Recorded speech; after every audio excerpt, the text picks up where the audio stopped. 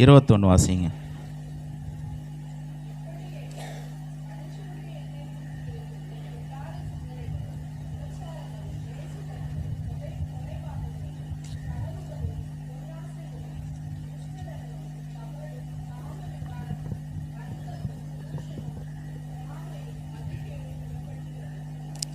ஹல்லேலூயா. நம்ம நிறைய பார்த்தோம். 22 நம்ம படிச்சிட்டோம். களவுகளும் பொருளாசைகளும் துஷ்டத்தனங்களும் கபடும் காம விகாரமும் வன்கண்ணும் தூஷணம் பார்த்துட்டோமா? தூஷணம் பார்க்கல, வன்கண் வரைக்கும் பார்த்துருக்குமா? சரி, ஓகே. அடுத்தது தூஷணம், அதுக்கு அடுத்தது பெருமை, அதுக்கப்புறம் மதிகேடு.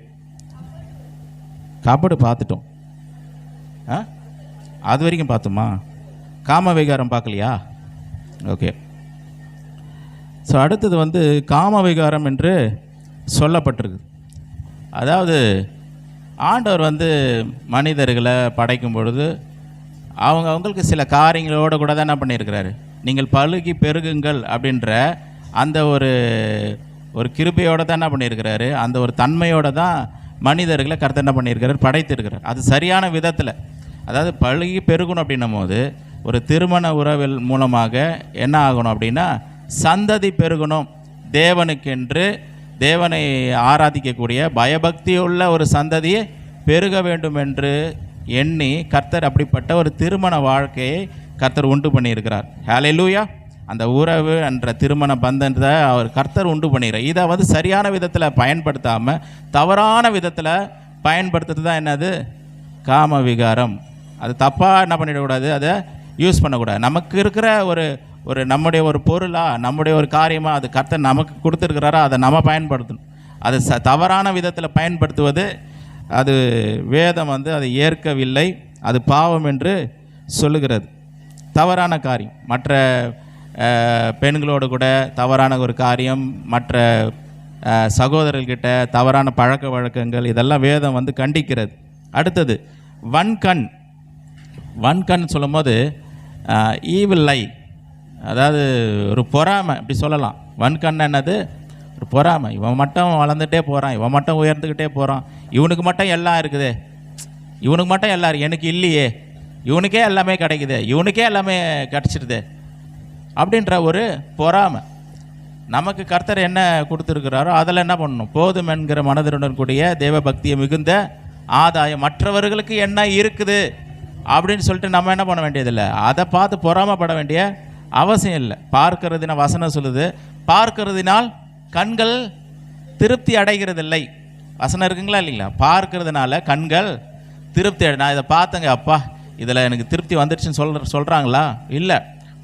புதுசாக ஒன்று பார்த்தா இதுவும் வேணும், இன்னொரு காரியத்தை பார்த்தா அதுவும் வேணும், இன்னொரு காரியத்தை பார்த்தா அதுவும் வேணும். பார்க்கறதுனால கண்கள் திருப்தி அடைகிறது இல்லைன்னு சொல்லி வேதம் சொல்லுது. பார்க்குறதெல்லாம் வேணும்னு நினைக்கிறது கிடையாது.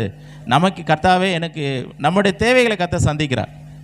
நமக்கு என்ன தேவைன்றதை கர்த்தர் அறிந்திருக்கிறார். நமக்கு என்ன கொடுத்துருக்கிறாரோ அதுக்கு நம்ம என்ன பண்ணணும், ஆண்டவருக்கு நன்றி செலுத்தணும்.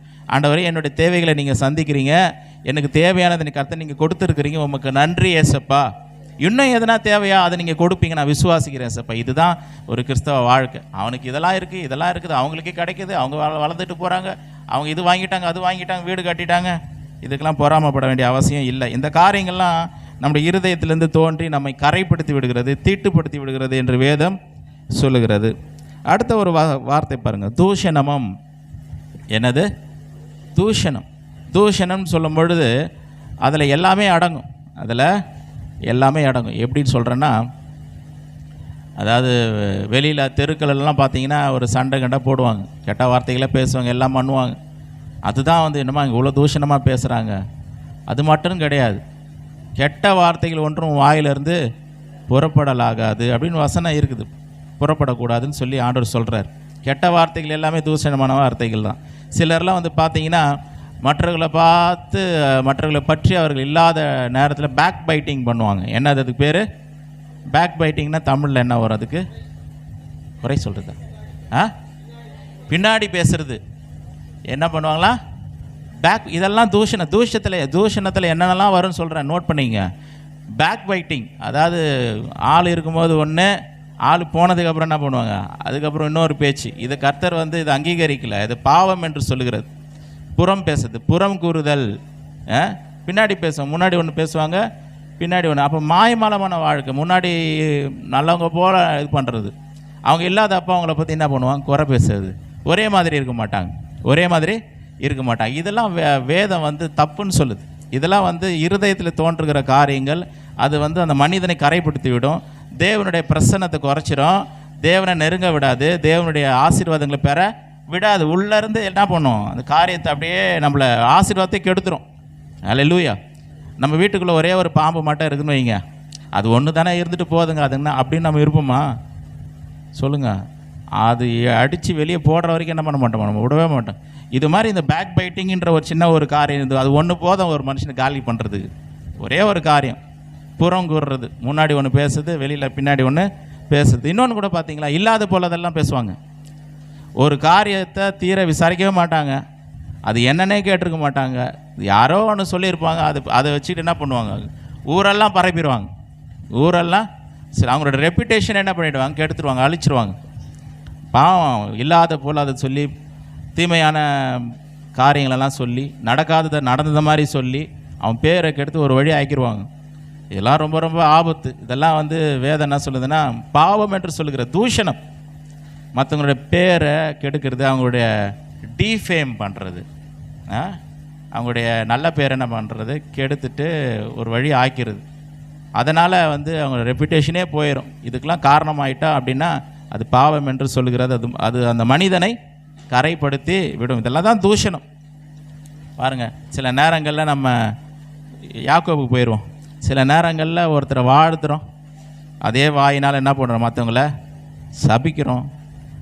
சபிக்கிறதுக்கு ஆண்டவர் வந்து யாருக்குமே அந்த ரைட்ஸ் கொடுக்கல. அல்லேலூயா. ஒரு மனிதனை சபிப்பதற்கு ஆண்டவர் வந்து அப்படிப்பட்ட ரைட்டே நமக்கு கொடுக்கவில்லை. ஓகே, யாக்கோபு 3வது அதிகாரம் 8லேருந்து வாசிக்கிட்டிங்களா? இதுக்கு முன்னாடி ஏற்கனவே இது சொல்லியிருக்கிறேன், சும்மா ஷார்ட்டாக படிக்கிறேன் பாருங்க. நாவை அடக்க ஒரு மனுஷனாலும் கூடாது.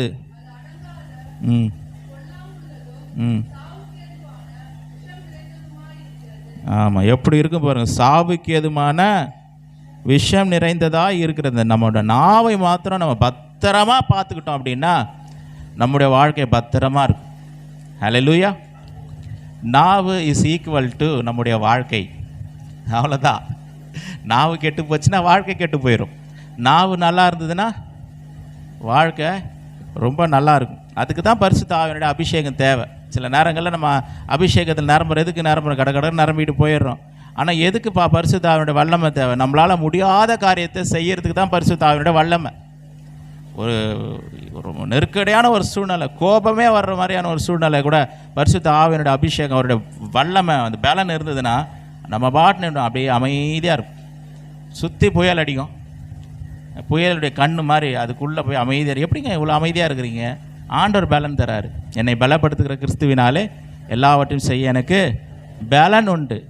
அந்த அந்த பலன் இல்லை அப்படின்னா கடகடன்னு எதையாவது ஒன்று பேசி வாழ்க்கையே கெடுத்துற மாதிரி ஏதாவது ஒன்று பண்ணிடுவாங்க. ஹல்லேலூயா. நாவு ரொம்ப ரொம்ப முக்கியம். அதனாலே நாம் பிதாவாகிய தேவனை துதிக்கிறோம். தேவனுடைய சாயலின்படி உண்டாக்கப்பட்ட மனுஷரை அதனாலேயே சபிக்கிறோம். இப்படி இருக்கு பாருங்கள். வாயில் வந்து ஆண்டவரை துதிக்கிறோம், ஆசீர்வதிக்கிறோம், எல்லாம் பண்ணுறோம். அதே நேரத்தில் என்ன பண்ணுறோம், அதே வாயினால் மனுஷர் என்ன பண்ணுறோம், சபிக்கிறோம். எந்த ஒரு சூழ்நிலையிலையும் யாரையும் சபிப்பதற்கு தேவன் நமக்கு அதிகாரம் கொடுக்கவில்லை. ஹல்லேலூயா. பெரியவர்கள் கூட என்ன பண்ணக்கூடாது, சிறியவர்களை சபிக்கக்கூடாது. அதை கர்த்தர் விரும்பவில்லை. ஹல்லேலூயா. அப்போ சபிச்சா நடக்குமா சொல்லுங்கள்? சபிச்சா நடக்கும், சபிச்சா நடக்கும். அதனால தான் சபிக்கக்கூடாதுன்னு சொல்கிறார். பெரியவங்க என்ன பண்ணக்கூடாது, சின்னவங்கள எக்காரணத்தை கொண்டும் சபிக்கக்கூடாது. ஆசீர்வதிக்கணுமே ஒழிய என்ன பண்ணக்கூடாது, சபிக்கக்கூடாது. ஹல்லேலூயா. ஒரு கத்தியை எடுத்து ஒருத்தனை வெட்டணும்னா வெட்டுமா? வெட்டும், கண்டிப்பாக வெட்டும். வெட்டவனா செத்தே போயிடுவான். என்ன சொல்கிறாங்க, கொலை செய்யாதிருப்பாயாகன்னு சொல்கிறாங்க. ஏன் செய்யாதிருப்பாயாகன்னு சொல்கிறாரு? நீ வெட்டனா அவன் கண்டிப்பாக மறிப்பான்றது தெரியும். அதனால தான் கொலை செய்யாதிருப்பாயாக. அப்போ சபிக்காதன்னு ஏன் ஆண்டவர் சொல்கிறாரு? நீ சபிச்சா அவன் சபிக்கப்படுவான், அதனால் அது சொல்லாதன்றாரு, அது செய்யாதன்றார். சபிப்பதற்கு எந்த மனிதனுக்கும் ஆண்டவர் வந்து என்ன பண்ணல, அதிகாரத்தை கொடுக்கவில்லை. ஹல்லேலூயா. மற்றவர்களை ஆசீர்வதிக்க வேண்டும், அதான் கர்த்தர் விரும்புகிறார். 10வது வசனம் பாருங்கள். துதித்தலும் சபித்தலும் ஒரே வாயிலிருந்து புறப்படுகிறது. என் சகோதரரை இப்படி இருக்கலாகாது. ஒரே ஊற்று கண்ணிலிருந்து தித்திப்பும் கசப்புமான தண்ணீர் சுரக்குமா? ஒரே ஊற்று கண்ணில் ரெண்டுமே வர முடியுமா? வராது. அப்போது எப்படி நீங்கள் மட்டும் ஒரே வாயினால் ஒரே நாவுனால் ஒருத்தர் சபிக்கிறீங்க, ஒருத்தர் ஆசீர்வதிக்கிறீங்க? அது எப்படி நடக்கும்? அது பாசிபிலிட்டியே இல்லையே அப்படின்னு சொல்லி வேதம் நம்மளை கேள்வி கேட்குது. 12வது வசனம். என் சகோதரரே, அத்தி மரம் ஒலிவ பழங்களையும் திராட்சை செடி அத்தி பழங்களையும் கொடுக்குமா? அப்படியே உவப்பான நீரூற்று தித்திப்பான ஜலத்தை கொடுக்க மாட்டாது. ஹல்லேலூயா. அப்படி வராது. நம்ம தேவனுடைய பிள்ளைகள் சொல்கிறோம். இயேசு கிறிஸ்து இந்த உலகத்துக்கு எதுக்காக வந்தார்? ஜீவனை கொடுப்பதற்காக வந்தார். ஜீவன் உண்டாயிருக்கும், அவைகள் பரிபூரணப்படவும் வந்தேன்ற. அதுக்கு தான் அவருடைய வேலையாக தான். திருடவும் கொல்லவும் அழிக்கவும் வருகிறேன் அன்றி வேறு ஒன்றுக்கு வர, நானும் அவைகளுக்கு ஜீவன் உண்டாயிருக்கும், அவை பரிபூர்ணப்படவும் வந்தேன்ற. அவரோட வேலை அதுதான். அப்போ அவருடைய ஆவியோடு இணைந்து இருக்கிறன்னா, சபையாகியன்னா அவருடைய வேலையை தான் நம்ம செய்யணும். ஆசீர்வதிக்கிறது தான் நம்முடைய வேலை. ஒருத்தனுக்கு உதவி செய்கிறது தான் நம்முடைய வேலை. அவர்கள் மேன்மையாக இருப்பதற்கு உதவியாக இருப்பது தான் நம்முடைய வேலை. அவன் கீழே விழுறதுக்கோ, அவன் தள்ளப்படுறதோ, அவன் அழிக்கப்படுறதோ, சபிக்கப்படுறதுக்கு நம்ம காரணமாக இருக்கவே கூடாது என்று வேதம் சொல்கிறது. மற்றவர்களை பற்றி புறம் கூறுறது, பேக் பைட்டிங் பண்ணுறது, அவதூறான காரியங்களை பேசுவது, இதை கர்த்தர் விரும்பவில்லை. அது பாவம் என்று சொல்லுகிறது. இதை செய்யும் பொழுது நாம் கரைப்பட்டு விடுகிறோம். தேவனுடைய ஆசீர்வாதங்களை நம்ம பெற்றுக்கொள்ள முடியாது. சில நேரங்களில் நம்ம சபையில் இருக்கிறோம், ஆனால் ஆசீர்வாதங்கள் இல்லாமல் இருக்கிறோம். ஹல்லேலூயா. சபை ஜனங்களை போல் ஆசீர்வதிக்கப்பட்டவர்கள் யாரும் இல்லை. ஆனால் அநேக ஜனங்கள் ஆசீர்வாதம் இல்லாமல் வாழ்ந்து கொண்டிருக்கிறார்கள். காரணம், எல்லாம் இருந்தும் எல்லாம் இல்லாத போல் இருக்கிறோம். எல்லாமே இருந்தோம். காரணம், நம்ம இருதயத்தில் காணப்படுகிற காரியங்கள். ஆசீர்வாதத்தை நம்ம சுதந்திரித்து கொள்ள முடியவில்லை. ஹல்லேலூயா. இன்றைக்கி நல்ல ஒரு தீர்மானம் எடுக்கணும். ஐயோ, இதெல்லாம் எனக்கு வேணாம். யாரை பற்றி நான் என்ன பண்ண மாட்டேன்? குறை சொல்ல மாட்டேன், புறம் கூற மாட்டேன், பேக் பைட்டிங் பண்ண மாட்டேன், அவதூறு நான் சொல்ல மாட்டேன், இல்லாதது போலாதே நான் சொல்ல மாட்டேன் அப்படின்ற தீர்மானத்தை நம்ம எடுக்கணும். எப்போவுமே ஒரே மாதிரியாக நம்ம கிறிஸ்துவுக்குள்ளே காணப்பட வேண்டியது அவசியமான ஒரு காரியமாக இருக்கிறது. Okay, let's go back to Mark chapter 7 verse 21.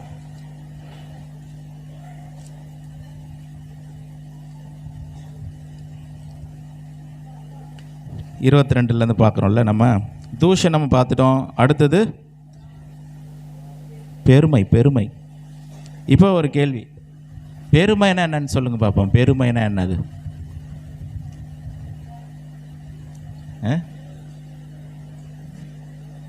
பெருமை நான் தான் எல்லாம், என்ன எல்லாம் யாரும் எதுவும் பண்ண முடியாது அப்படின்னு. சரி, இந்த பெருமையை வந்து எங்கேருந்து தெரிஞ்சுக்கலாம் அப்படின்னா, முதல்ல இந்த பிசாசு என்ன பண்ணான் அப்படின்னா, நான் வந்து உன்னதமானவருக்கு ஒப்பாவை. நீங்கள் வீட்டில் வாசிச்சு பாருங்கள். அந்த ஏசாயா 14வது அதிகாரம், எசேக்கியேல் 28, அது மாதிரிலாம் வாசிச்சு பாருங்கள். 28 27 தெரில, வாசிச்சு பாருங்கள். அதெல்லாம் பார்த்தீங்கன்னா பிசாசு பேசுகிறான்.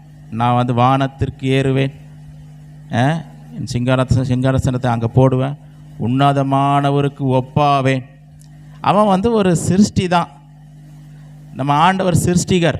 இவனா நினச்சான் அவருடைய இடத்துக்கு நான் போயிடுவேன், எல்லாரும் என்னை ஆராதிக்கணும்னு நினச்சான். ஹல்லேலூயா. தன்னுடைய ஸ்தானத்தை மறந்து விட்டு தனக்கு கொடுக்கப்படாத அந்த ஸ்தானத்துக்கு போகிறது, அதுதான் பெருமை. ஹல்லேலூயா. அது உன்னுடைய ஸ்தானமே கிடையாது, அது அவனுடைய ஸ்தானம் கிடையாது. அங்கே ஆண்டவர் இருக்கணும்னு சொல்லி விரும்பலை. அந்த இடத்த கர்த்தர் வந்து என் மகிமையை நான் வேறொருவனுக்கும் கொடேன்னு சொல்லி ஆண்டவர் சொல்லியிருக்கிறார். இவன் வாலண்டரியாக என்ன பண்ணுறான்? அந்த இடத்துக்கு போகிறான். அதுதான் வந்து என்னது? பெருமை. ஆண்டவர் வந்து எல்லாரும் வந்து ஒரு சில அதிகாரத்துக்கு உட்பட்டு இருக்க வேண்டும் என்று விரும்புகிறார். ஹல்லேலூயா. சின்ன பிள்ளைங்களை எடுத்துங்க. சின்ன பிள்ளைங்கள் எந்த அதிகாரத்துக்கு உட்பட்டிருக்க வேண்டும்? 6:1, எபேசியர் 6:1 எடுத்து வாசிங்க பார்ப்போம். பிள்ளைகளே, உங்கள் பெற்றோருக்கு கர்த்தருக்குள் கீழ்ப்படியுங்கள், இது அநியாயம், இது நியாயம். அல்லேலூயா. பிள்ளைகள் வந்து எந்த அதிகாரத்துக்கு உட்பட்டிருக்கணும்? பெற்றோர்கள். அப்போது சில பெற்றோர்களை சொல்லும் போது ஆகலை நான் கேட்க மாட்டேன், நான் சொல்கிறதா நீ கேட்கணுன்றாங்க. அப்போ என்ன ஆயிடுச்சு? அது பெருமை இல்லைங்களா? பெருமை. அப்போ பெற்றோர்கள்ன்ற அந்த ஸ்தானத்துக்கு இவங்க என்ன பண்ணுறாங்க? நான் அந்த இடத்துக்கு வந்துடுறேன், நான் சொல்கிறத நீ கேளு, உனக்குன்னா எல்லாம் தெரியுமா, நாங்கள்லாம் படிச்சிட்டோம், எங்களுக்கு எல்லா அறிவும் இருக்குது, எல்லா நாலேஜ் இருக்குது, நான் சொல்கிறத நீ கேளு அப்படின்னு நினைக்கிறாங்க. பெற்றோர்கள் என்ற அந்த இடத்துக்கு என்ன பண்ணிடுறாங்க? இவங்க வந்துடுறாங்க. ஆனால் வேதம் எப்படி கற்பிக்குது? நீங்கள் என்ன பண்ணணும்? பெற்றோர்களுக்கு என்ன பண்ணணும்? கீழ்ப்படிந்திருக்க வேண்டும். ஹல்லேலூயா. அது ஒரு அதிகாரம். இதெல்லாம் பாருங்கள். அப்போ பெற்றோர், இந்த பிள்ளைங்க, விசேஷமாக திருமணம் ஆகாத பிள்ளைகளை சொல்கிறேன், அவங்க கட்டாயமாக யாருக்கு கீழ்ப்படிந்திருக்க வேண்டும்? சொல்லுங்கள். பெற்றோருக்கு கீழ்ப்படிந்திருக்க வேண்டும். அப்போ பெற்றோர்களுக்கு அவங்க கீழ்ப்படிந்திருந்தாங்கன்னா அவங்க தாழ்மை உள்ளவர்கள், தேவனுடைய பார்வையில் கிருபை பெற்றவர்கள். ஹல்லேலூயா. ஸ்டெப் பை ஸ்டெப்பாக சொல்கிறேன், இதை புரிந்து கொள்ளணும். அதே போல் கணவன் மனைவின்னு எடுத்துக்கொள்ளும் பொழுது மனைவி என்ன பண்ணணுமா? புருஷனுக்கு எந்த காரியத்திலும் கீழ்ப்படிந்திருக்க வேண்டும் என்று வேதம் போதிக்கிறது. அப்போ அந்த அதிகாரத்துக்கு இல்லை, நான் சொல்கிறத நீ கேளு, நான் சொல்கிறது தான். சில காரியங்களை நம்ம பேசி ஆலோசனை பண்ணி சில முடிவுகள் எடுக்கிறோம், அது நல்லது, ரொம்ப நல்லது. ஆனால் சில நேரங்களில் இவங்க என்ன பண்ணுவாங்கன்னா, நான் சொல்கிறது தான் நீ என்ன பண்ணணும்? கேட்கணும். நான் அவங்க ஒருத்தர் எடுக்கிற முடிவு தான்ன்ற மாதிரி இருப்பாங்க. அது வேதம் வந்து என்ன பண்ணாது? பெருமை என்று சொல்லுகிறது. ஹல்லேலூயா. அதிகாரத்திற்கு நம்ம என்ன பண்ணணும்? கீழ்ப்பட்டிருக்க வேண்டும். அதே போல் பாருங்கள், இப்போ சில நேரம் சொல்லுவேன், நான் எல்லாம் எங்கள் வீட்டுக்காரர் சொல்கிறது எல்லாம் கரெக்டாக இருந்தால் பரவாயில்ல, நான் கீழ்ப்படுவேன்னு. அவர் சொல்கிறத யாருங்க செய்ய முடியும்? நம்ம பைபிள் சொல்லுது புருஷனுக்கு கீழ்ப்படிந்திருக்க வேண்டும்னு சொல்லி பைபிள் சொல்லுது. ஆனால் எங்கள் புருஷன் சொல்கிறத யாராலையுமே கேட்க முடியாதுங்க, அப்படிலாம் சொல்கிறாருங்க, இப்படிலாம் பேசுகிறாரு, அப்படிலாம் பேசுகிறாரு அப்படி சொல்லலாம். அந்த புருஷருக்கும் கர்த்தருடைய வார்த்தை இருக்குது. புருஷன் யாருக்கு கீழ்ப்படிந்திருக்க வேண்டுமா? புருஷன் யாருக்கு கீழ்ப்படிந்திருக்கணும்? கிறிஸ்துவுக்கு கீழ்ப்படிந்திருக்க வேண்டும். ஹல்லேலூயா. அப்போ கிறிஸ்து கூட பாருங்கள், தேவனுடைய அதிகாரத்துக்கு கீழ்ப்பட்டிருக்கிறார் கிறிஸ்து. புருஷன் யாருடைய அதிகாரத்துக்கு கீழ்ப்பட்டிருக்கணும்? கிறிஸ்துவனுடைய அதிகாரத்துக்கு கீழ்ப்பட்டிருக்கணும். அப்போ மனைவி யாருடைய அதிகாரத்துக்கு கீழ்ப்பட்டிருக்கணும்? அப்போ பார்த்தீங்கன்னா அந்த ஹைரார்க்கிக்கல் ஆர்டர் பாருங்கள், தேவன், கிறிஸ்து, புருஷன், மனைவி. அப்போ இந்த ஆர்டர் கரெக்டாக இருந்தால் கண்டிப்பாக கரெக்டாக தான் இருக்கும். ஹல்லேலூயா. அப்போ ஒரு புருஷன் சொல்கிற காரியம் வந்து அவனுடைய சொந்த காரியம் கிடையாது. கிறிஸ்து என்ன போதிக்கிறாரோ, என்ன சொல்லிடுறோ அதை தான் வந்து சொல்ல போகிறார். அப்போ கண்டிப்பாக அது மனைவிகளுக்கு ஏற்புடையதாக இருக்குமா இருக்காதுங்களா? கண்டிப்பாக இருக்கும். ஹல்லேலூயா. அப்போ புருஷர்களுக்கு சொல்லப்பட்ட காரியம் என்ன? மனைவி இடத்துல என்ன பண்ணுங்க? அன்பு கூறுங்கள். கிறிஸ்து அப்படியே அன்பு, சபையில் அன்பு கூர்ந்தது போல் நீங்களும் என்ன பண்ணுங்க? மனைவியின் இடத்துல அன்பு கூறுங்கள். அப்படி பேதம் போதிக்குது அப்படின்னா ஒரு புருஷன் வந்து தன் மனைவி இடத்துல ரொம்ப கொடுமையாக நடந்து கொள்ள முடியாது, கொடூரமாக நடந்து கொள்ள முடியாது. தேவனுடைய அன்பை தான் என்ன பண்ணுறான்? அவன் வந்து தன்னுடைய மனைவி இடத்துல வெளிப்படுத்துகிறான். அதுதான் வந்து வேதம் விரும்பும். இந்த ஆர்டரை மாற்றி விட்டோன்னா பிரச்சனையாக போயிடும். இந்த ஆர்டரை மாற்றி விட்டால் அதுக்கு பேர் என்னது? பெருமை. அதுக்கு பேர் என்னது? பெருமை. நான் தான் அப்படின்னு சொல்லி பொசிஷனை மாற்றிட்டோம் அப்படின்னா பெருமை அங்கே வர்றதுக்கு நிறைய சான்சஸ் இருக்குது. ஹல்லேலூயா. இன்னொரு இடத்துல கூட அந்த ஒரு அதிகாரத்தை குறித்து சொல்லப்பட்டிருக்குது. ரோமருக்கு போவோம். ரோமர் ரொம்ப ரொம்ப முக்கியம், ரோமரை மறந்துடாதீங்க. ரோமர் 13வது அதிகாரம். ஏனும் மேலான அதிகாரம் உள்ளவர்களுக்கு கீழ்ப்படிய கடவன், ஏனென்றால் தேவனாலே அன்றி ஒரு அதிகாரமும் இல்லை, உண்டாயிருக்கிற அதிகாரங்கள் தேவனாலே நியமிக்கப்பட்டிருக்கிறது. அதிகாரங்களை உண்டு பண்ணது யார் தான்? தேவன் தான். இப்போ சபையில் கூட சில அதிகாரங்களை கர்த்தர் வைத்திருக்கிறார். அல்லேலூயா. சபையில் ஒரு போதகரை வச்சிருக்கிறாரு அப்படின்னா அந்த போதகருடைய அதிகாரத்திற்கு உட்பட்டு சபையார் இருக்கும்பொழுது அந்த சபை ஆசீர்வதிக்கப்பட்ட சபையாக இருக்கும். அல்லேலூயா. இப்போ போதகர்னா கெட்டதுக்காக சில காரியங்களை சொல்ல போகிறாரு, நல்லதுக்கு தான் சொல்கிறார். அவர் அப்படி தாங்க சொல்லுவார், அதெல்லாம் நீங்கள் கண்டுக்காதீங்க, அதெல்லாம் கேட்டுக்காதீங்க அப்படின்னா அதிகாரத்துக்கு உட்படாமல் இருக்கும் பொழுது அந்த சபையில் ஆசீர்வாதம் இருக்குது. அங்கே ஒரு பெருமை தான் உண்டாகும், பெருமை தான் உண்டாகும். சில காரியங்களை ஒழுங்கரமாக செய்யணும் அப்படின்னா அந்த அதிகாரத்துக்கு உட்பட்டிருந்தால் தான் அந்த காரியங்களை நம்ம என்ன பண்ண முடியும்? நேர்த்தியாக செய்ய முடியும். ஹல்லேலூயா.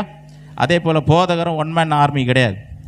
அவரும் என்ன பண்ணுறாரு, நமக்கு சபைன்னு சொல்லி பெரியவர்கள் இருக்காங்க, மூப்பர் இருக்காங்க, எல்லா காரையும் கலந்து பேசி ஒரு முடிவு என்ன பண்ணுவாங்க, சபையாருக்கு அறிவிக்கும் பொழுது அதை சபையார் என்ன பண்ணணும், அதை அங்கீகரிக்க வேண்டும், ஏற்றுக்கொள்ள வேண்டும். அதுதான் அந்த சபைக்கு ஆசீர்வாதம். ஹல்லேலூயா. அப்போ ஜனங்கள் என்ன பண்ணுவாங்க, அந்த சபையினுடைய அதிகாரத்துக்கு அப்போ சில பேர் என்ன பண்ணுவாங்க, அதை ரெபல்லியஸ் என்ன பண்ணுவாங்க, அதை அப்படியே மீறுவாங்க. சொல்லுவாங்க, ஆனால் என்ன பண்ண மாட்டாங்க, கேட்க மாட்டாங்க. சொல்லுவாங்க, சில காரியங்களை சபையாருக்கு அறிவிக்கப்படும் பொழுது அவங்க என்ன சொல்கிறது, நான் நினைக்கிறது தான் நான் செய்வேன் அப்படின்னா அங்கே வந்து பெருமை உண்டாகுது. அங்கே என்ன உண்டாகுது, பெருமை உண்டாகுது. அந்த இடத்துல இருதயமே கரைப்படுகிறது. வேதம் அப்படி தான் நமக்கு போதிக்கிறது. இருதயமே கரைப்படும். அந்த பெருமை உள்ளே வந்துடுச்சுன்னா அப்படியே தேவனுடைய ஆசீர்வாதம் பிளஸ்ஸிங்ஸ் எல்லாம் தள்ளி போட்டுரும். தேவனுடைய மகிமை அடைந்து போயிடும். அபிஷேகத்தை உணர முடியாது, தேவ பிரசன்னத்தை உணர முடியாது. ஆனால் அந்த ஆண்டவர் சொல்லியிருக்கிற அந்த அதிகாரத்துக்கு உட்பட்டு நம்ம நடக்கும்போது எவ்வளோ ஆசீர்வாதம் தெரியுங்களா, எவ்வளோ ஒரு ஆசீர்வாதம். ஆண்டவர் என்னை இந்த இடத்துல வச்சுருக்கிறாரு, எனக்கு என்னை வந்து ஒரு போதகர் கீழே வச்சுருக்காரு, ஒரு சபையில் கர்த்தர் வைத்திருக்கிறார். அந்த காரியங்களுக்கு நான் கீழ்ப்படிந்து நடக்க வேண்டும் சொல்லி உங்களை தாழ்த்தினீங்கன்னா அப்படின்னா அது எவ்வளோ ஒரு ஆசீர்வாதம் தெரியுங்களா.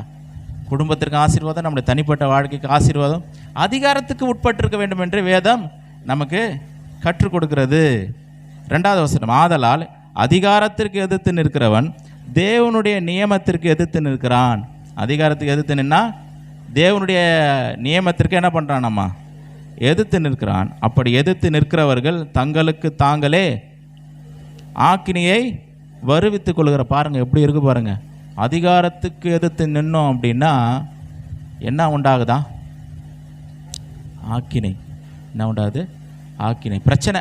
அதிகாரத்துக்கு எதிர்த்து நின்னீங்கன்னா அது பிரச்சனை. மோசைக்கு 2 பேர் எதிர்த்து நின்னாங்களா, எவ்வளோ பெரிய பிரச்சனையை சந்திச்சாங்க பாருங்கள்.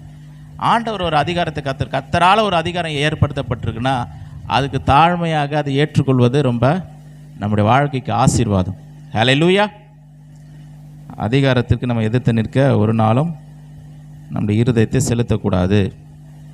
மேலும் அதிகாரிகள் நற்கிரிகைகளுக்கு அல்ல துர்க்கிரிகைகளுக்கே பயங்கரமாக இருக்கிறார்கள். ஆகையால் நீ அதிகாரத்திற்கு பயப்படாது இருக்க வேண்டுமானால் நன்மை செய், அதை நான் உனக்கு புகழ்ச்சி உண்டாகும். எந்த ஒரு அதிகாரத்தில் இருக்கிறவங்களுமே நம்மளை வேணும்னு தெரிந்தே என்ன பண்ணுறதில்ல, நம்மளை வந்து டார்ச்சர் பண்ணுறதில்ல. நம்ம எல்லாத்துலேயும் கரெக்டாக இருந்தால் எந்த அதிகாரத்துக்கும் நம்ம பயப்பட வேண்டிய அவசியம் இல்லை. நம்ம ஆஃபீஸ்க்கு போகிறோம், 9 மணி ஆஃபீஸு, 8:50 நம்ம ரிப்போர்ட் பண்ணிட்டோன்னு வைங்க, நம்ம மேனேஜரை பார்த்து நம்ம பயப்படுவோமா? பயப்பட தேவையில்லை. நம்மளை பார்த்தா அவர் ஸ்மைல் பண்ணுவார். பரவாயில்ல, வெரி குட், சீக்கிரம் வந்துட்டீங்க, சாப்பிட்டீங்களான்னு கேட்பார், நல்லா பேசுவார். நம்மளை எதுவும் சொல்ல போகிறதில்ல. நம்ம 9 o'clockன்றது 9:30 போனோம்னா இப்போ தான் பயம் உண்டாகும். என்ன சொல்லுவாரோ, என்னென்னலாம் சொல்லுவாரோ, என்னெல்லாம் பேசுவாரோ, இல்லை தனியாக எடுத்துகிட்டு கூப்பிட்டு பேசுவார், திடீர்னு உங்களை மேனேஜர் வர சொன்னாருங்க அப்படின்னா பயம் வந்துடும். என்னமோ பேச போகிறாரு போல இருக்குது, நம்ம லேட்டாக வந்துட்டுருக்கோம், 2 தடவை 3 தடவை பார்த்துட்டாரு, பயம் வருதுங்களா இல்லைங்களா? அப்போ ஏன் பயம் வருது அப்படின்னா அதிகாரத்துக்கு உட்பட்டு இல்லை அப்படின்னும் போது ஆட்டோமேட்டிக்காக நம்ம என்ன வந்தது, நமக்கு பயம் வந்துடுது. ஆனால் நம்ம கொடுக்கப்பட்ட வேலையை நம்ம கரெக்டாக செஞ்சோம் அப்படின்னா நம்ம யாருக்கும் நம்ம பயப்பட வேண்டிய அவசியம் இல்லை. ஹல்லேலூயா. இப்போ தாழ்த்தணும். ஆண்டவர் இங்கே வச்சுருக்கிறாருங்க, ஏன்னா தாழ்த்துறேன், கர்த்தர் வச்ச பொசிஷனில் நான் இருக்கிறேன், என்னை நான் உயர்த்த மாட்டேன். ஒரு சம்பவத்தை நம்ம வாசிக்கலாம். லூக்காவுக்கு போவோம். லூக்கா 14வது அதிகாரம்.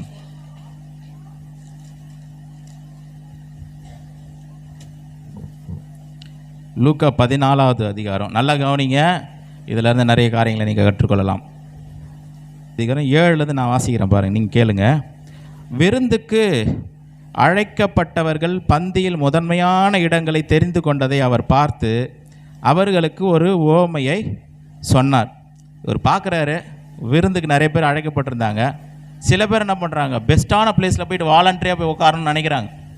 நாங்களாம் பெரிய ஆளுங்க, நாங்கள் இந்த சாதாரண இடத்துல உட்கார மாட்டோம், நாங்கள் பெஸ்ட்டான இடத்துல தான் உட்காருவோம்னு சொல்லி வாலண்டரியாக இவங்க போகிறாங்க. விருந்துக்கு அழைக்கப்பட்டாங்க தானே ஒழிய முதன்மையான இடத்துல உட்காருன்னு சொல்லலை. ஹல்லேலூயா. விருந்துக்கு அழைக்கப்பட்டிருக்கிறோம், ஆனால் பெஸ்ட்டான இடத்துக்கு இவங்க வாங்கன்னு சொல்லி யாரும் என்ன பண்ணல, கூப்பிடல. இந்த இடத்துல நீங்கள் உட்காருங்கன்னு சொன்னாங்களா? இல்லை, வாங்கன்னு தான் சொன்னாங்க. இந்த இடத்துல வந்து உட்காருங்கன்னு சொல்லி என்ன பண்ணல, சொல்லலை. ஆனால் இவங்களே என்ன பண்ணிட்டாங்க, அதை சூஸ் பண்ணிக்கிட்டாங்க. அப்போ 8வது வசனம், ஒருவனால் கல்யாணத்துக்கு நீ அழைக்கப்பட்டிருக்கும் பொழுது பந்தியில் முதன்மையான இடத்தில் உட்காராதே. அல்லேலூயா. இந்த வசனம் படிச்சுட்டு அதை ஃபாலோ பண்ணி ஒரு கல்யாண வீட்டுக்கு போனால் போய் முன்னாடி போயிட்டு பெஸ்ட்டான இடத்துல போய் உட்காராது, பின்னாடி உட்காரு, அதுதான் நல்லது. நம்மளை யாருமே கண்டுக்கலாம் கூட பிரச்சனை கிடையாது, யாருமே கண்டுக்கலாம் கூட பிரச்சனையே கிடையாது. முன்னாடி போய் என்ன பண்ணாது உட்கார. இப்போ கல்யாண வீடு மட்டும் கிடையாது, வெறும் இது கல்யாணத்துக்கு ஆண்டவர் சொன்னாருங்கன்னு எடுத்துக்கூட, எல்லாத்துக்குமே ஒரு சபைன்னு கூட எடுத்துக்கலாம். ஒரு சபைன்னு வந்தால் நம்ம எல்லா சபைக்கு வந்திருக்கிறோம், நம்மளே என்ன பண்ணக்கூடாது, பெஸ்ட்டான இடத்துல போய் நம்ம என்ன பண்ணுவோம், சூஸ் பண்ணி நானே இதெல்லாத்தையும் பண்ணிடுறேன்னு சொல்லக்கூடாது. அழைப்பு கொடுக்கப்பட வேண்டும், இதை செய்யுங்கன்னு சொல்லி சொல்லப்பட வேண்டும். அப்போ தான் அதை என்ன பண்ணணும், நம்ம செய்யணும். ஹல்லேலூயா. எங்கள் சபையிலலாம் பார்த்தீங்கன்னா எனக்கு இருக்கிற பெரிய பிரச்சனையே எனக்கு கூப்பிட்டேன்னா ஜெபம் பண்ண சொல்லிவிடுவாங்களோ எனக்கு பயம். எனக்கு ஜெபம்னா பயம். ஏன்னா மைக்கை பிடிச்சி ஜெபம் பண்ணால் பயமாக இருக்கும், கையெல்லாம் உதிரும், காலெல்லாம் உதிரும். ஏன்னா இவ்வளோ ஜனங்கள் முன்னாடி ஜெபம் பண்ணணுமே, என் பேரை சொல்லி எசப்பா என் பேரை சொல்லிவிடக்கூடாது, எசப்பா என் பேரை சொல்லிவிடக்கூடாது. அப்படி தான் எனக்கு இருக்கும். ஏன்னா நான் போன சபைகளில் பிரச்சனையே என்னன்னா, எனக்கு வர்ஷிப்பு கொடுக்கல. பிரச்சனை என்னது, எனக்கு வர்ஷிப் கொடுக்கல. நான் இத்தனை நாள் சர்ச்சுக்கு வரேனே, நான் 5 வருஷமாக சர்ச்சுக்கு வரேன், எனக்கு வர்ஷிப்புக்கு வாய்ப்பே கொடுக்கல, நான் சர்ச்சுக்கே வர மாட்டேன்னு சொல்லி ஒரு கும்பல் அப்படி நின்றுது. காரணம் என்னென்னா, இவங்களாம் என்ன பண்ணுறாங்க, நான் அந்த இடத்துக்கு போகணும், நான் போய் வர்ஷிப் பண்ணணும், நான் போய் என்ன பண்ணணும், பாட்டு பாடணும், நான் போய் என்ன பிரசங்கம் பண்ணணும். நான் இவ்வளோ நாளாக வரேன். எனக்கு ஒரு சகோதரர் சொன்னேன், இத்தனை வருஷமாக நான் பைபிள் காலேஜெலாம் முடிச்சிட்டேன், பிடிஹெச் எம்டிஹெச் முடிச்சு எல்லா ரெவரண்ட்டுலாம் வாங்கிட்டேன், எனக்கு இந்த பாஸ்ட் ஒரு நாள் கூட பிரசங்கம் பண்ணுறதுக்கு வாய்ப்பே கொடுக்கல, இந்த சர்ச்சுக்கு நான் வரமாட்டேன். இவங்களாம் என்ன பண்ணுறாங்க, அது ஆவியானவர் பேசணும். ஆவியானவர் உள்ளத்தில் ஆண்டவர் வந்து போதகரை வச்சுருக்கிறாரு, பாஸ்டர்ஸை வச்சுருக்கிறாங்க அப்படின்னா கர்த்தர் பேசணும். இவங்களுக்கு இந்த வாய்ப்பை கொடுங்க, இந்த இது பயன்படுத்தணும் அப்படின்றத கர்த்தர் என்ன பண்ணுவார், அதிகாரங்களை அப்படி தான் கர்த்தர் வச்சுருக்கிறார். ஆண்டவர் வந்து ஒரு பாஸ்டர் வச்சுருப்பார், சைடில் வந்து இன்னொருத்தர்கிட்ட நீ இதை போய் செய் மகனேன்னு சொல்லி எந்த யாரையும் ஆண்டவர் அப்படி பேச மாட்டார். அல்லேலூயா. அப்படிப்பட்ட அது பிசாசு கொடுக்குற உணர்வு, அது பண்ணுறது யார், பிசாசு. அதுதான் அந்த ரிபெல்லியஸ் ஸ்பிரிட். அது கர்த்தர் வந்து நடத்தும் பொழுது நம்ம தாழ்மையாக இருக்கும். கர்த்தர் என்னை பயன்படுத்தினால பயன்படுத்துவார். ஆண்டவர் திடீர்னு ஒரு அழைப்பு வரும், திடீர்னு சிலர்லாம் இங்கே இருக்கிறோம், நம்ம யாருமே வந்து என்கிட்ட வாலண்டியராக வந்து கேட்கல, எனக்கு இந்த வாய்ப்பு கொடுங்க, அதை பண்ணுங்கள், நம்மளே சொல்கிறோம். அப்படி தான் ஒரு அழைப்பு நமக்கு வரணும். நம்மளே என்ன பண்ணணும், எனக்கு ஒரு பாட்டு கொடுக்கணும், நான் தான் வர்ஷிப் பண்ணணும், இல்லை நான் தான் பிரசங்கம் பண்ணணும். எல்லாருக்கும் கொடுக்குறாங்க, எனக்கு ஏன் கொடுக்கல, அந்த கேள்வி கேட்டால் அது ரிபெல்லியஸ் ஸ்பிரிட். ஹல்லேலூயா. அதுதான் பெருமை, அதுதான் பெருமை. அதிகாரத்துக்கு நம்ம ஒரு சபையில் இருக்கிற ஒரு போதகருடைய அதிகாரத்துக்கு உட்பட்டுருக்கிறோம். நமக்கு கர்த்தர் நம்ம ஜெபம் பண்ணுவோம், ஆண்டவர் என்னையும் பயன்படுத்துங்க, எனக்கு கிருபை கொடுங்க, உங்களுடைய ஊழியத்தில் என்னை பயன்படுத்துங்க, எனக்கு தாளந்து கொடுங்க, எனக்கு அபிஷேகத்தை கொடுங்க. ஜெபம் மட்டும் பண்ணுங்க, கர்த்தர் உயர்த்துவார். ஹல்லேலூயா. ஒரு வேளை பாஸ்டரே உங்களை எதுவுமே உயர்வுக்கு உங்களுக்கு உதவி செய்யலைனா கூட, நீ கர்த்தருக்கு உண்மையாக இருந்தால் உங்களுடைய உயர்வின் நேரம் வரும்போது யாரும் அதை தடுத்து நிறுத்த முடியாது. ஹல்லேலூயா. உங்களுடைய வளர்ச்சியை யாராலையுமே தடுத்து நிறுத்த முடியாது. நீங்கள் கர்த்தருக்கு உண்மையாக இருந்தீங்கன்னா, தாழ்மையாக இருந்தீங்க அப்படின்னா, ஒரு டைம் வந்ததுன்னா கர்த்தர் நிச்சயமாக உங்களை உயர்த்துவார். பட் ஆனால் நீங்களே வாலண்டரியாக போய் என்ன பண்ணாதீங்க, எந்த ஒரு காரியத்தையுமே நானே செய்வேன், நான் எனக்கு தான் முடியும், அவங்க பண்ணக்கூடாது, நான் அவங்களாம் இப்படி பண்ணுவாங்க, இவங்களே செய்வாங்க, நானும் செய்வேன் அப்படின்னு சொல்லி நம்ம என்ன பண்ணக்கூடாது, எந்த ஒரு காரியத்தை வாலண்டரியாக செய்யக்கூடாது. கர்த்தர் அதை விரும்பவில்லை, வேதம் அதை பெருமை என்று போதிக்கிறது. 9வது வசனம், அப்பொழுது உன்னையும் அவனை அழைத்த உன்னிடத்தில் வந்து இவருக்கு இடங்கொடு. 8லேருந்து வாசிக்கிற, ஒருவனால் கல்யாணத்துக்கு நீ அழைக்கப்பட்டிருக்கும் போது பந்தியில் முதன்மையான இடத்தில் உட்காராதே. உன்னிலும் கனமுள்ளவன் ஒருவேளை அவனால் அழைக்கப்பட்டிருப்பான். அப்பொழுது உன்னையும் அவனையும் அழைத்தவன் உன்னிடத்தில் வந்து இவருக்கு இடங்கொடு என்பான். அப்பொழுது நீ வெட்கத்தோடு தாழ்ந்த இடத்திற்கு போக வேண்டியதாக இருக்கும். 2 பேரும் வராங்க, நீ போய் முதன்மையான இடத்துல போய் உட்காரும்போது உட்காந்துருப்ப, அந்த கல்யாண வீட்டுக்காரர் என்ன பண்ணுவார், உன்னோட கொஞ்சம் ஒரு பெட்டரான பர்சன் ஒருத்தர் வந்தாருன்னா, கொஞ்சம் ஏதோ நினச்சிக்காதீங்க, கொஞ்சம் பின்னாடி போய் உட்காந்துக்குங்க அப்படின்னு சொன்னால் எவ்வளோ அசிங்கமாகிடும், நமக்கு கஷ்டமாக போயிடும். ஏன்டா அந்த கல்யாணத்துக்கு போகணும், சாப்பாடு இறங்குமா நமக்கு அந்த கல்யாணத்தில், சொல்லுங்கள், இறங்கவே இறங்காது, ரொம்ப கஷ்டம். அதனால் ஆண்டவர் சொல்கிறாரு, நல்ல ஐடியா கொடுக்குறாரு, நீ போனதுமே அங்கே போய் உட்காராத, பின்னாடி போய் உட்காந்துக்க. பின்னாடி போய் உட்காந்தனா உன்னை யாருமே கண்டுக்கலாம் கூட பிரச்சனை இல்லை, உன்னை கூப்பிடலைன்னா கூட பிரச்சனை கிடையாது. ஆனால் கூப்பிட்டா கூட சந்தோஷம் தான், கொஞ்சம் முன்னாடி வந்து உட்காருங்கன்னு சொன்னால் நமக்கு சந்தோஷம் தானே. 10வது வசனம், நீ அழைக்கப்பட்டிருக்கும் பொழுது போய் தாழ்ந்த இடத்தில் உட்காரு. அப்பொழுது உன்னை அழைத்தவன் வந்து சிநேகிதனே உயர்ந்த இடத்தில் வாரும் என்று சொல்லும்போது உன்னுடனே கூட உன்னுடனே கூட பந்தி இருக்கிறவர்களுக்கு முன்பாக உனக்கு கனம் உண்டாகும். எப்போ உன்னை கூப்பிட்றாங்கப்பா, போப்பா, நீ போப்பா, நீ முன்னாடி போப்பா, உன்னை தான்ப்பா கூப்பிட்டாங்க போப்பான்னு சொல்லும் போது அந்த பக்கத்தில் இருக்கிறவங்களுக்கு மத்தியில் நமக்கு என்ன உண்டாகும்? ஒரு கனம் உண்டாகும். ஹல்லேலூயா. அதுதான் தாழ்மை, அதுதான் தாழ்மை. மத்தேயுக்கு போம் 25வது அதிகாரம். உயர்த்துகிறவன் உயர்த்தப்படுவான், தன்னைத்தான் உயர்த்துகிறவன் தாழ்த்தப்படுவான். அதுதான் பிரமாணம். அந்த பிரமாணத்தை மறந்துடவே கூடாது. நம்மளை தாழ்த்தணும். ஆண்டவரே, நான் இருக்கிறது உம்மால இருக்கிற ஆண்டவரே, என்னை தாழ்த்துறேன். நான் ஒன்றும் பெரிய ஆளெல்லாம் இல்லை, சாதாரண ஆள். இன்றைக்கி நான் ஒரு அடையாளமாக இருக்கிறேன்னா அது நீங்கள் தான் காரணம். நீங்கள் என்னை உயர்த்தினா உயர்த்துங்க, இல்லைன்னா பரவாயில்ல ஆண்டவர் அப்படின்னு சொல்கிறோம் பாருங்கள். அதுதான் தாழ்மை. அதுதான் கர்த்தர் நம்மக்கிட்ட எதிர்பார்க்குறாரு. 5 படிக்கிறேன், இது எல்லாருக்குமே பொருந்தும் பாருங்கள். உங்களில் உள்ள மூப்பருக்கு உடன் மூப்பனும் 1 பேதுரு 5:1 முடிச்சிடுறேன், டைம் ஆச்சு. உங்களில் உள்ள மூப்பருக்கு உடன் மூப்பனும் கிறிஸ்துவின் பாடுகளுக்கு சாட்சியும் இனி வெளிப்படும் மகிமைக்கு பங்காளியமாக இருக்கிற நான் புத்தி சொல்லுகிறது என்னவென்றால், உங்களிடத்தில் உள்ள தேவனுடைய மந்தையை நீங்கள் மேய்த்து. இது யாருக்குன்னா பாஸ்டருங்களுக்கு. யாருக்கு? பாஸ்டருங்க. பைபிள் யாரையும் விட்டு வைக்கல, விசுவாசி யாரையும் விட்டு வைக்கல, எல்லாருக்கும் தான் வசனம். வேதம் வசனம் இருபுறமும் கருக்குள்ள பட்டயம், எல்லாரையும் வெட்டும். முன்னாடி வெட்டுறதுக்கு முன்னாடி பின்ன நம்மளே என்ன பண்ணிடும்? அது வெட்டிடும், யாரையும் விட்டு வைக்காது வசனம். உங்களிடத்தில் உள்ள தேவனுடைய மந்தையை நீங்கள் மேய்த்து கட்டாயமாய் அல்ல, மனப்பூர்வமாயும் அவலட்சணமான ஆதாயத்திற்காக அல்ல, உற்சாகமானதோடும் சுதந்திரத்தை இருமாப்பாய். நான் பாஸ்டருங்க, நான் சொல்கிறது நீங்கள் கேட்டு தானே ஆகுங்க. அப்படி கிடையாதான். நான் பாஸ்டரு, நான் சொல்கிறது நீங்கள் கேட்டு தான் ஆகணும். அப்படி அந்த இருமாப்பாய் ஆளுகிறவர்கள் அல்ல, சுதந்திரத்தை இருமாப்பாய் ஆளுகிறவர்கள் அல்ல, மந்தைக்கு மாதிரிகளாகவும் கண்காணிப்பு செய்யுங்க. அப்போ நம்ம அந்த பாஸ்டர் எப்படி இருக்கணுமா? அவர் அந்த அன்பு செலுத்துகிறவர். அவரை பார்த்து அன்புன்னா என்னன்னு தெரிஞ்சுக்கலாம், தாழ்மைன்னா என்னன்னு தெரிஞ்சுக்கலாம், இறக்கம்னா என்னன்னு தெரிஞ்சுக்கலாம், ஒருத்தர் ஆசீர்வதிக்கிறதுனா என்னன்னு தெரிஞ்சுக்கலாம். அவரை பார்த்து கற்றுக்கிற மாதிரி விசுவாசிகள் தேவ பிள்ளைகள் இருக்குன்னு சொல்லி வேதம் போதிக்குது. சுதந்திரத்தை இருமாப்பை ஆளுகிறவர்களாக அல்ல. நான் பாஸ்டரு, நான் எல்லாத்தையும் பண்ணுவேன், நான் சொல்லத்தான் நீங்கள் கேட்கணும் அப்படின்னு. அப்படி கிடையாது. அது கர்த்தர் எதுக்கு மேய்ப்பர்களை வச்சுருக்கிறாரு அப்படின்னா, மந்தைகளுக்கு மாதிரியாக இருப்பதற்கு தான். தேவன் நம்ம எப்படி இருக்க வேண்டும் விரும்புகிறாரு, அதை ஒரு மெய்ப்பன் காண்பிக்க வேண்டும். அதுதான் மெய்ப்பனுடைய வேலை. இருமாப்பை ஆளுகிறவர்களாக அல்ல, அதிகாரத்தை மிஸ்யூஸ் பண்ணுறதுக்கு இல்லை. சுதந்திரத்தை இருமாப்பை ஆளுகிறவர்களாக அல்ல, மந்தைக்கு மாதிரிகளாகவும் கண்காணிப்பு செய்யுங்கள். அப்படி செய்தால் பிரதான மெய்ப்பு நம்ம பாஸ்டருங்களுக்கெல்லாம் பாஸ்டர் ஒருத்தருக்கிறாரு, யார்? நம்ம ஆண்டவராக இயேசு கிறிஸ்து. அப்படி செய்தால் பிரதான மேய்ப்பர் வெளிப்படும் போது மகிமையுள்ள வாடாத கிரீடத்தை பெறுவீர்கள். அந்தபடி இப்போ இளைஞருக்கு யூத்துங்களுக்கு வந்துட்டார். இளைஞரே மூப்பருக்கு கீழ்ப்படியுங்கள். யாருக்கு கீழ்ப்படியணுமா? சபையில் பெரியவங்கள் இருப்பாங்க, மூப்பர்கள் இருப்பாங்க, விசுவாசத்தில் வளர்ந்தவங்க இருப்பாங்க. 20 வருஷம் 30 வருஷம் கிறிஸ்தவ வாழ்க்கையில் வளர்ந்து தேவனுக்கு கீழ்ப்படிந்து நடக்கக்கூடிய மூப்பர்கள் சபையில் இருப்பாங்க. அவர்கள் சொல்லுகிற வார்த்தை என்ன யார் கேட்கணுமா? நீங்களாம் சொல்லக்கூடாது. பாஸ்டர் சொல்லிட்டு நான் கேட்குறேன் கிடையாது. பாஸ்டரும் ஒரு ஒன் ஆஃப் த மூப்பர்ஸ் தான், எல்டர்ஸ் தான். ஒரு பாஸ்டரும் யார் தான்? சபையினுடைய மூப்பர்களில் ஒருத்தர், அவ்வளோதான். அந்த பொசிஷன் இருக்குது, அவ்வளோதான். அப்போ என்ன பண்ணணும்? சபையில் வேத வசனத்தின்படி நமக்கு ஆலோசனை சொல்லுகிற பெரியவர்களுடைய ஆலோசனை இளைஞர்கள் என்ன பண்ணணும்? யூத் பிள்ளைகள் கீழ்ப்படியணும். அவர் சொல்லிட்டு நீங்களாம் சொல்லக்கூடாது, அப்படிலாம் பேசக்கூடாது.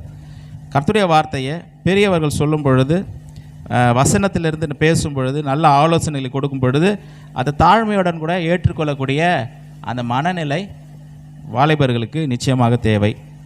நீங்கள் எல்லாரும் ஒருவருக்கு ஒரு கீழ்ப்படிந்து மனத்தாழ்மையை அணிந்து கொள்ளுங்கள். பெருமையுள்ளவர்களுக்கு தேவன் எதிர்த்து நிற்கிறார், தாழ்மையுள்ளவர்களுக்கோ கிருபை அளிக்கிறார். பைபிளில் ஒரே ஒரு ஆளுக்கு தான் ஆண்டவர் எதிர்த்து நிற்கிறாராம் தேவன். யார் அது? பெருமை. அதான் அதிகாரத்துக்கு நான் உயர்த்துறாங்க, தன்னைத்தானே உயர்த்துறாங்க பாருங்கள்.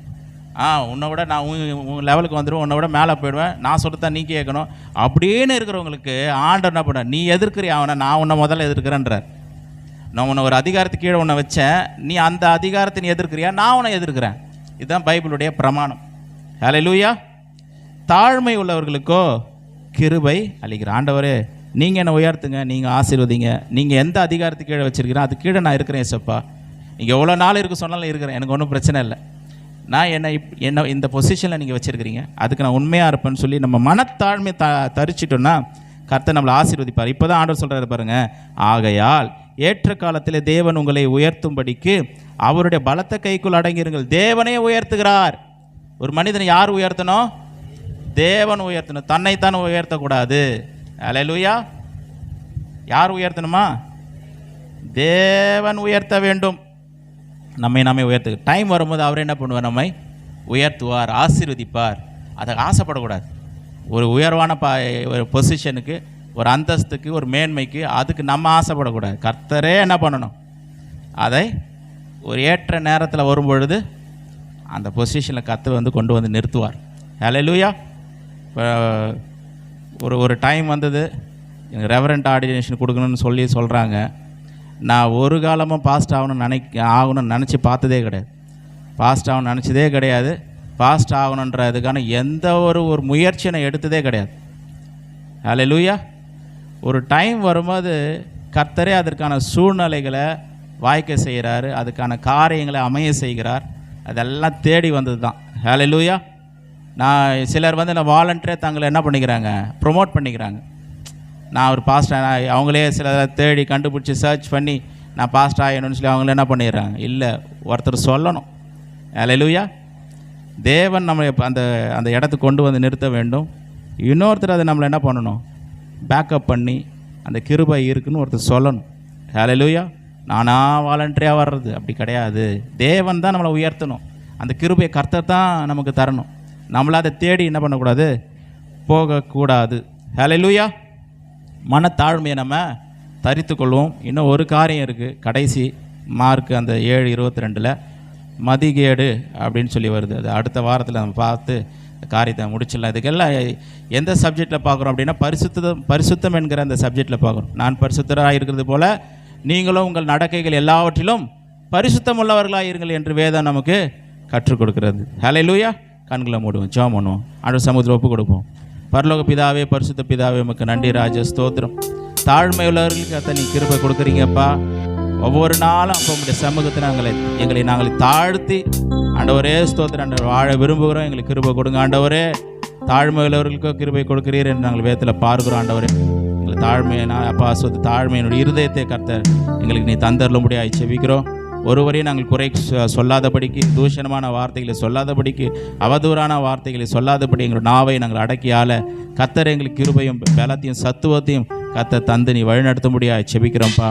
நீர் அற்புதங்களை செய்யுங்க, அதிசயங்களை செய்யுங்க. இந்த வார்த்தைகள் எங்களுடைய வாழ்க்கையில் 100 மடங்கு பலன் தரட்டும், எங்கள் இருதயத்தில் 100 மடங்கு பலன் தரட்டும்.